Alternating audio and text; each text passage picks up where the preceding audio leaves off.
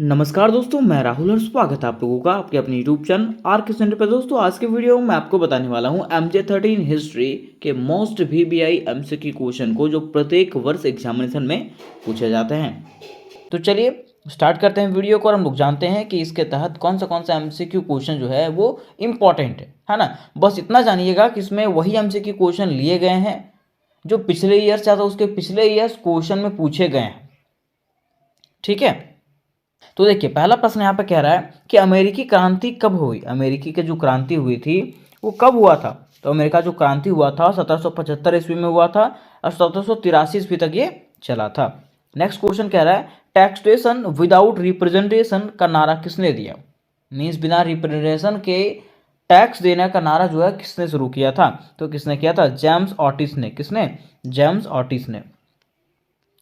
कह रहा अमेरिका का स्वतंत्र घोषणा पत्र कब जारी हुआ। अमेरिका का स्वतंत्र घोषणा पत्र जो है ना 4 जुलाई 1776 ईस्वी को जारी हुआ था। ठीक है, नेक्स्ट प्रश्न कह रहा है दोस्तों कि अमेरिका क्रांति के दौरान ब्रिटेन का राजा कौन था। अमेरिकी क्रांति जब हुआ था उसमें ब्रिटेन का राजा जो था वो कौन था।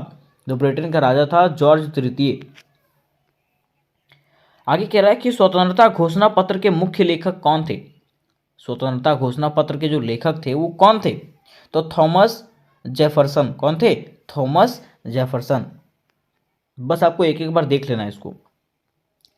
आगे कह रहा है कि अमेरिका के पहले राष्ट्रपति कौन थे। तो अमेरिका के पहले राष्ट्रपति कौन थे, जॉर्ज वाशिंगटन। कौन थे, जॉर्ज वाशिंगटन। नेक्स्ट प्रश्न कह रहा है कि अमेरिका का संविधान कब लागू हुआ। तो अमेरिका का जो संविधान है ना वो 1789 ईस्वी में लागू हुआ था। कब दोस्तों, 1789। नेक्स्ट प्रश्न कह रहा है हमारा कि अमेरिका का संविधान कितने अनुच्छेदों में विभाजित है। तो अमेरिका का जो संविधान है ना वो टोटल 7 अनुच्छेदों में विभाजित है, मीन्स बटा हुआ है। अगला प्रश्न हमारा है कि अमेरिका के संविधान में शक्ति पृथक्करण का सिद्धांत किसने दिया। तो अमेरिका के संविधान में शक्ति अलग करने का सिद्धांत जो है वो मॉन्टेस्क्यू ने दिया था। किसने, मॉन्टेस्क्यू ने। फिर कह रहा है कि जॉर्ज वाशिंगटन को क्या कहा जाता है। तो जॉर्ज वाशिंगटन को जो है ना अमेरिका राष्ट्र का पिता कहा जाता है। क्या कहा जाता है, अमेरिकी राष्ट्र का पिता।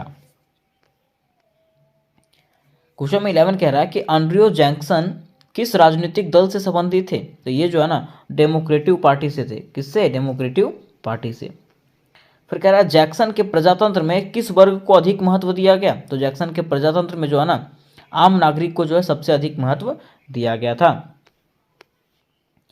नेक्स्ट प्रश्न कह रहा है कि जैक्सन के शासनकाल में कौन सा विवाद प्रमुख था। तो जैक्सन के शासनकाल में जो है ना सबसे विवाद प्रमुख जो था वो क्या था, बैंक विवाद। क्या था, बैंक विवाद। नेक्स्ट प्रश्न कह रहा है दोस्तों अमेरिका के 7वें राष्ट्रपति कौन थे। तो अमेरिका के 7वें राष्ट्रपति कौन थे, एंड्रयू जैक्सन। कौन, एंड्रयू जैक्सन। कह रहा है इंडियन रिमूवेबल एक्ट किस वर्ष पारित हुआ। तो यह जो एक्ट आया था वो 1830 ईस्वी में आया था। कब आया था, 1830। आगे कह रहा है कि मोनरो डॉक्ट्रिन कब घोषित हुआ। मोनरो डॉक्ट्रिन जो है ना वो 1823 ईस्वी में घोषित हुआ था। कब, 1823 में। आगे कह रहा है कि मोनरो डॉक्ट्रिन का मुख्य उद्देश्य क्या था। मोनरो डॉक्ट्रिन जो आया था उसका मुख्य उद्देश्य क्या था। तो यूरोपीय हस्तक्षेप को रोकना। ठीक है, यूरोपीय देश इसमें जो हस्तक्षेप कर रहे थे उसको रोकना। आगे कह रहा है कि मोनरो डॉक्ट्रिन किस अमेरिकी राष्ट्रपति से जुड़ा हुआ है। तो ये जो है ना जेम्स मोनरो से जुड़ा हुआ है। किससे, जेम्स मोनरो से जुड़ा हुआ है। नेक्स्ट प्रश्न कह रहा है दोस्तों कि मोनरो डॉक्ट्रिन को अमेरिकी की कौन सी नीति माना जाता है। तो मोनरो डॉक्ट्रिन को जो है ना अमेरिका का अलगाववाद का नाम से जाना जाता है।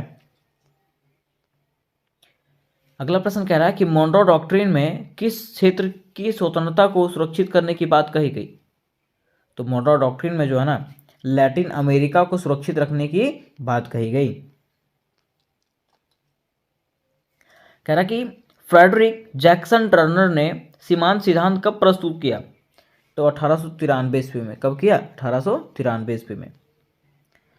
फिर कह रहा है कि टर्नर की सीमांत थीसिस का मुख्य विषय क्या था। तो टर्नर की सीमांत थीसिस का मुख्य विषय जो था वो अमेरिकी लोकतंत्र का विकास था। क्या था, अमेरिकी लोकतंत्र का विकास। फिर कह रहा है कि सीमांत का क्या अर्थ है, तो सीमांत का जो अर्थ है वो नव विकसित क्षेत्र है। क्या है? नव विकसित क्षेत्र जो होता है वो सीमांत का अर्थ होता है। अगला प्रश्न कह रहा है कि टर्नर ने सीमांत को किसका आधार बताया, तो टर्नर ने सीमांत को जो है ना अमेरिकी राष्ट्रीयता बताया। क्या बताया? अमेरिकी राष्ट्रीयता। फिर कह रहा है कि किस सम्मेलन में टर्नर ने सीमांत थीसिस प्रस्तुत किया था, तो अमेरिकन हिस्टोरिकल एसोसिएशन में जो है ना टर्नर ने सीमांत थीसिस प्रस्तुत किया था। अगला प्रश्न कह रहा है कि अमेरिका में पहला महिला अधिकार सम्मेलन कब हुआ, तो 1848 ईस्वी में। फिर कह रहा है अमेरिकी गृह युद्ध से पहले गुलामी विरोधी आंदोलन को क्या कहा जाता था, तो गुलामी विरोधी आंदोलन को जो है ना ऑब्सोल्यूनिस्ट मूवमेंट कहा जाता था। अगला प्रश्न कह रहा है कि गुलामों की मुक्ति के लिए लिंकन ने कौन सा आदेश जारी किया, तो गुलामों की मुक्ति के लिए लिंकन ने जो है ना मुक्ति घोषणा जारी किया था। कह रहा है कि अमेरिका में महिलाओं को मताधिकार कब मिला, तो अमेरिका में महिलाओं को जो है ना 1920 ईस्वी में क्या मिला? मताधिकार मिला था, वोटिंग देने का अधिकार मिला था। फिर कह रहा है अमेरिकी सिविल राइट्स मूवमेंट के नेता कौन थे, तो मार्टिन लूथर और किंग जूनियर थे। अगला प्रश्न कह रहा है कि अमेरिकी गृह युद्ध कब शुरू हुआ था, अमेरिकी गृह युद्ध जो हुआ था ना वो 1861 ईस्वी में शुरू हुआ था। फिर कह रहा है दोस्तों कि गृह युद्ध में उत्तर और दक्षिण का मुख्य विवाद क्या था, तो गृह युद्ध में उत्तर और दक्षिण का जो मुख्य विवाद था वो दास्ता का मुद्दा था। दास्ता मतलब समझते हैं? नौकर। कह रहा है गृह युद्ध के दौरान अमेरिका का राष्ट्रपति कौन था, तो गृह युद्ध जिसमें हुआ था उस समय अमेरिका का राष्ट्रपति था अब्राहम लिंकन।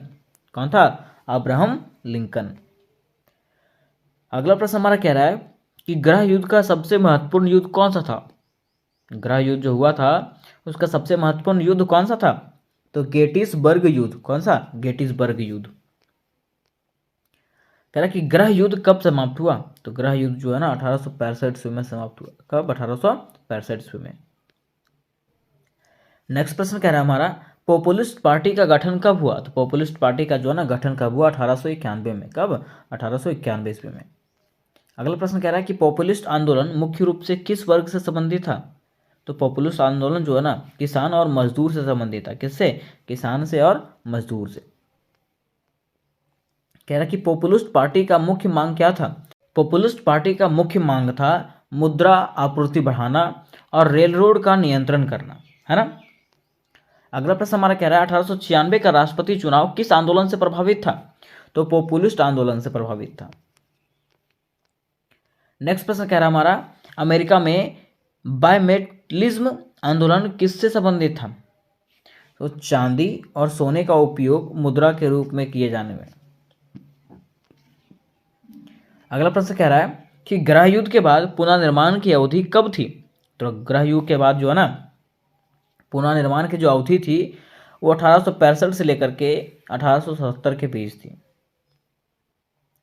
कह रहा कि पुनर्निर्माण काल के दौरान राष्ट्रपति कौन थे, तो पुनर्निर्माण काल के दौरान जो है ना राष्ट्रपति एंड्रियो जॉनसन थे। कौन थे? एंड्रियो जॉनसन। कह रहा कि पुनर्निर्माण के दौरान पारित 13वें संशोधन में क्या प्रावधान था, तो गुलामी की समाप्ति। उसमें बताया गया था कि अब लोग जो है ना गुलाम नहीं रहेंगे, मतलब दास लोगों को नहीं रखा जाएगा। कह रहा 14वें संशोधन का क्या महत्व था, तो 14वें संशोधन का जो महत्व था वो था नागरिक अधिकारों की गारंटी। क्या था? नागरिक अधिकारों की गारंटी। फिर 45 में आता है कु कलकस कलान किसके विरोध में गठित हुआ, तो ये जो है ना अश्वेत नागरिकों के अधिकार के खिलाफ। ठीक है। फिर कह रहा है कि अमेरिकी क्रांति में फ्रांस ने अमेरिका की मदद क्यों किया, अमेरिकी क्रांति जो हुआ था उसमें से फ्रांस ने अमेरिका की मदद क्यों किया था, तो ब्रिटेन को कमजोर करने के लिए जो है ना फ्रांस ने क्या किया था, अमेरिका का मदद किया था। नेक्स्ट प्रश्न कह रहा है कि गृह युद्ध के दौरान अमेरिका का विभाजन किन दो पक्षों में हुआ, तो गृह युद्ध के दौरान जो है ना अमेरिका का विभाजन संघीय और परिसंघ दो भागों में हुआ था। अगला प्रश्न कह रहा है कि अमेरिकी गृह युद्ध के दौरान परिसंघ का राष्ट्रपति कौन था, तो अमेरिकी गृह युद्ध के दौरान परिसंघ जो था उसका राष्ट्रपति कौन था, जेफरसन डेविस। कौन था? Jefferson Davis. आगे कह रहा है कि लिंकन की हत्या कब और किसने किया? तो लिंकन की हत्या जो है ना 1865 ईस्वी में हुआ था और जॉन विल्कस बूथ ने किया था। आगे कह रहा है कि अमेरिका का पहला संविधान क्या था? तो अमेरिका का पहला संविधान था आर्टिकल्स ऑफ कॉन्फेडरेशन, है ना, ये उनका पहला संविधान था। तो यहाँ तो दोस्तों हम लोगों ने इसके 50 MCQ क्वेश्चन को कंप्लीट किया, ठीक है। और इसके बाद आपको जितने भी VBI क्वेश्चन है सारे VBI क्वेश्चन का लिंक मिल जाएगा और सारे VBI क्वेश्चन आपको एक एक करके बता दिए जाएंगे। तो इससे रिलेटेड अगर कोई प्रश्न होगा तो मुझे कमेंट करके ज़रूर पूछिएगा। मिलता है नेक्स्ट वीडियो में, तब तक के लिए जय हिंद जय भारत।